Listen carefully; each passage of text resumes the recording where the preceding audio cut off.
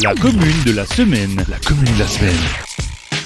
La commune de la semaine fait étape à Sarreguemines. Je suis en compagnie de Thomas Zonfranc. Bonjour Thomas. Bonjour à vous. Dis-moi Thomas, tu t'es lancé dans une double aventure. Un film baptisé Highwaymen. Le 2 est sorti récemment, on en parlera d'ici quelques secondes. Comment t'es venu cette envie, avec un groupe d'amis, de réaliser un film, de monter tout de A à Z? Alors l'envie, elle est venue il y a 10 ans, pour reprendre un peu la genèse de toute la structure associative qu'il y a, et puis le film en l'occurrence. L'envie, elle est venue il y a 10 ans. En fait, moi j'ai toujours été bercé dans le cinéma, et donc très gamin, j'allais au cinéma à Sarreguemines en plus. Et en fait, arrivé à 12-13 ans, je connaissais quelqu'un qui avait fait du coup une projection ici. Et puis un jour, l'illumination m'est apparue. Et j'ai dit, j'avais un copain à moi du coup qui fait partie de l'association. Et puis je lui ai dit un jour, tu verras, ce sera nous. Et puis en fait, on a gravité, on faisait des petits courts-métrages un peu, voilà, sans vraiment de but final. Et puis un jour, en sortant du bac, je me suis dit, il faudrait un jour qu'on concrétise quand même toute cette idée-là. Et en fait, après, on a monté l'association. Du coup, on a tourné un premier court-métrage sorti l'année dernière, à savoir du coup le préquel de celui qui est sorti cette année. Et en fait, cette année, c'est quelque chose d'assez inédit, parce qu'en fait, on a tellement bien ficelé la chose que les gens ont tout de suite adhéré au projet. Et en fait, on a eu énormément de partenaires, des gens qui ont été très accueillants, et puis on a réussi à tourner un film qui devait faire à la base 30 minutes, avant un film de 1h10, donc voilà. Cette avant-première a eu lieu le dimanche 16 octobre au Cinéma Forum à Sarreguemines. Oui. Beaucoup de scènes sont tournées à Sarreguemines. Tu as grandi à Sarreguemines, tu es étudiant à Sarreguemines. Est-ce qu'il y a une petite pointe de fierté de montrer ta ville peut-être d'une manière dont on l'a jamais vue? Complètement, parce que Sarreguemines, c'est généralement les gens à Sarreguemines sont très accueillants. Je sais que on a tourné dans un bar local, on a tourné aussi que ça soit sur le quai aussi de Sarreguemines, et en fait la mairie, tout le monde est très accueillant, et en fait c'est ça qui fait la facilité, je dirais, de tourner ici. Et puis lui, étant né à Sarreguemines, c'est quand même une fierté de pouvoir un jour avoir un film projeté dans son cinéma, donc bien sûr. Mais au-delà du rêve, il a fallu aussi travailler de manière très concrète. Il y a tout un groupe qui s'est formé, un groupe associatif qui s'appelle ICAM Production. Comment est-ce que tu as fédéré les énergies avec tes amis et puis d'autres personnes que tu connaissais pas avant, mais qu'il a fallu raccrocher au projet? Alors en fait, moi je suis quelqu'un de très leader. J'aime bien donner envie aux gens, et puis pousser jusqu'au bout, et puis arriver au but et leur dire, voilà, regardez, on a réussi à le faire ensemble. Et c'est aussi, je pense, une démarche collective, parce que c'est vrai que dans le coin, on n'a pas énormément de structures cinématographiques. Et là, c'est l'occasion de réunir des gens qui sont justement passionnés et leur dire, on va monter un projet commun, et puis vous allez voir, ça va fonctionner. Et puis ça fonctionne, c'est énormément de travail. C'est sûr qu'on est sur le projet, par exemple pour Highwaymen Bloodlust, on est quand même sur le projet depuis septembre 2021. Donc on a eu à peu près 4-5 mois d'écriture. Ensuite, on a toute une partie tournage de janvier à juillet, tous les week-ends. Et en fait, après, on essaie de s'adapter aussi forcément avec l'emploi du temps de chacun. Donc c'est aussi quelque chose à prendre en compte. Et puis après, voilà, on essaye de proposer notre film à des structures, et puis les structures adhèrent, on a du matériel, tout ça, et puis voilà.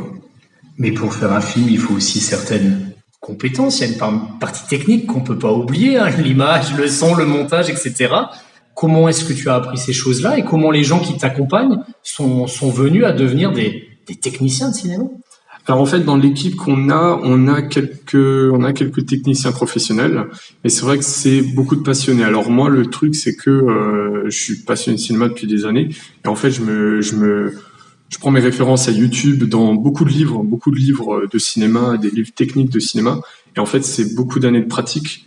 Et par exemple, ce qu'on a fait là pour Highwaymen Bloodlust, je pense que si j'avais pas eu toutes ces années de pratique avant, on n'aurait jamais eu un projet d'une telle ampleur, parce que effectivement, il y a beaucoup de problèmes techniques à prendre en compte, beaucoup de choses à anticiper. Donc, ouais, c'est assez compliqué au début, mais après, quand on a l'habitude, on arrive à former un gros projet.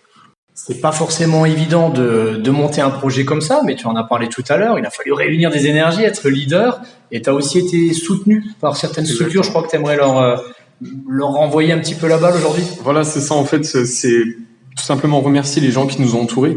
C'est vrai qu'on a eu des professionnels qui ont fait partie du film, à savoir un mixeur, du coup qui a Studio 2.0, qui a Durstel, qui est un mixeur professionnel, qui a su vraiment nous accueillir à bras ouverts, qui a même su réparer le son pris sur le tournage, parce que forcément on n'a pas non plus les connaissances pour vraiment avoir un son tip-top dès le début. Ouais, mais ils sont très forts en Alsace aussi, attention. Et ils sont très très forts. Et en fait, oui, tout simplement remercier aussi les gens qui nous ont entourés, qui nous ont apporté du matériel, à savoir Visual Spect, Starlight Productions. Et puis aussi remercier, je pense, le cinéma qui nous a accueillis. Parce que je pense que c'est aussi un défi pour le cinéma de se dire, on les connaît pas. Est-ce qu'on prend le risque ou pas? Et en fait, c'est peut-être aussi un défi pour eux de nous accueillir. Et puis visiblement, ça a bien marché. Donc, tant mieux, c'est positif. Le cinéma, c'est aussi un art où il y a souvent des références. Hein, tu le sais tout aussi bien que les autres. T'as des inspecteurs, Hubert et Bonisseur, ça fait vaguement penser à OSS 117 et un gros clin d'œil. Mais j'imagine que t'as aussi des références qui t'ont fait rêver. Est-ce qu'il y a des réalisateurs ou des réalisatrices qui t'ont donné envie de faire du cinéma? Il y a des films qui t'ont marqué? Bien sûr, alors moi, le film qui m'a toujours marqué, ça restera Le Grand Budapest Hotel de Wes Anderson. Parce que je trouve que c'est une création artistique assez folle. Tout est symétrique et je trouve qu'on arrive à donner de l'action sur des plans qui sont relativement fixes et relativement symétriques. Et en fait, moi, je suis un peu fou et puis j'adore ça, quoi. J'adore cette technique-là. Et c'est vrai que dans le film, on retrouve aussi quelques aspects. Voilà, on a essayé au maximum de donner quelques aspects un peu, voilà, des références. On a aussi des références à Tarantino aussi en fonction des plans qu'on prend en bas ou haut.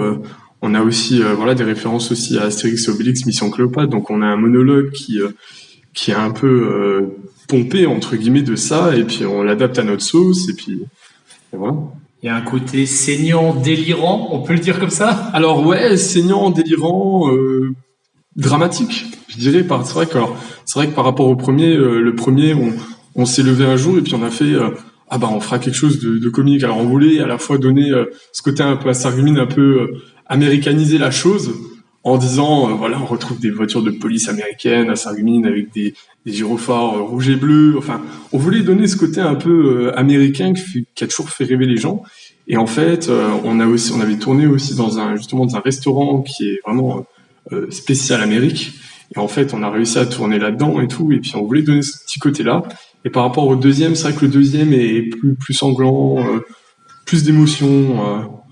Et pour ceux justement qui aimeraient découvrir Highwaymen 2, comment est-ce qu'ils vont s'y prendre dans les mois futurs? Est-ce que ce sera disponible, je sais pas, sur des plateformes, ou comment ça va se passer? Alors, ce sera disponible sur des plateformes de streaming, donc qui regroupent justement des films indépendants. On a fait le choix cette année, et je pense pour les années à venir, de ne plus diffuser les films sur YouTube, parce qu'on veut vraiment toucher le semi-professionnel, le professionnel, et puis avoir une certaine crédibilité auprès des gens qui nous regardent en disant voilà, regardez, vous pouvez retrouver notre film sur telle ou telle plateforme, même si c'est des plateformes qui sont pas connues de tous. Nous on y prend un malin plaisir à les mettre dessus, et puis après on peut vendre bien la chose. Hollywood sur Sarre avec Thomas, Zone Franc, dans la commune de la semaine. Merci beaucoup Thomas. Merci à vous.